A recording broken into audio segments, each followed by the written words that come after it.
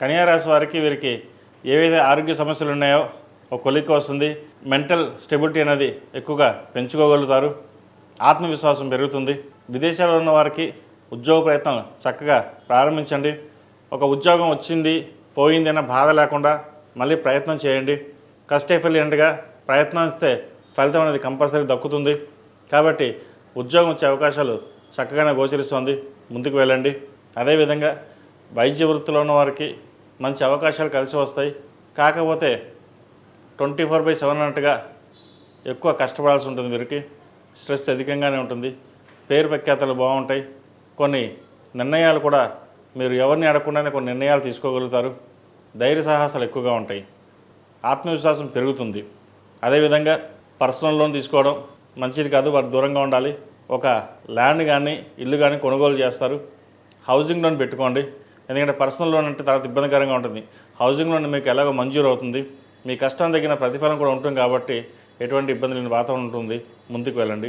ఒక్కొక్కసారి ఉద్యోగం మానేసి వ్యాపారం ప్రారంభిద్దామా, మన కాళ్ళ మీద మనం నిలబడదాము అనే ఆలోచన కూడా వస్తుంది. భాగస్వామ్య వ్యాపారాలు వీరు కలిసి వస్తాయి. ఏదైనా ప్రారంభించదలుచుకుంటే భాగస్వాములు ప్రారంభించండి. మంచి అవకాశాలు కలిసి ఉంటుంది కూడా. ఈ రాశిలో జన్మించిన విద్యార్థులకు నూతన అవకాశాలు కలిసి వస్తాయి. నూతన సబ్జెక్టులు ప్రావీణ్యత సంపాదించడం కోసం మీరు చేసే ప్రయత్నాలు అనుకూలంగా ఉంటుంది.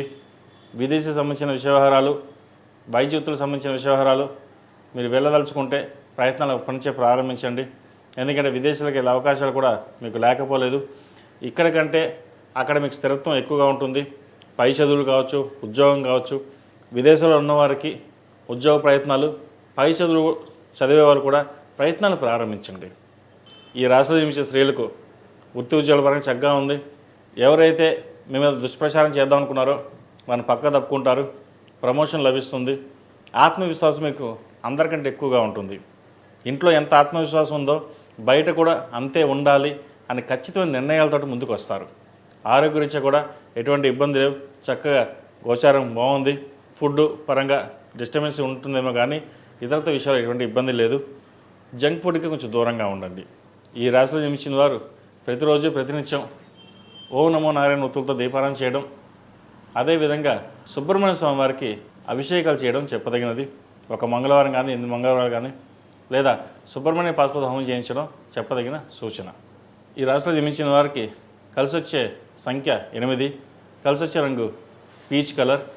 ఏదైనా పని మీద బయటికి వెళ్ళేటప్పుడు సోమవారం కానీ బుధవారం అడిగిన వెళ్ళండి. మంచి ఫలితాలు సంప్రాప్తిస్తాయి.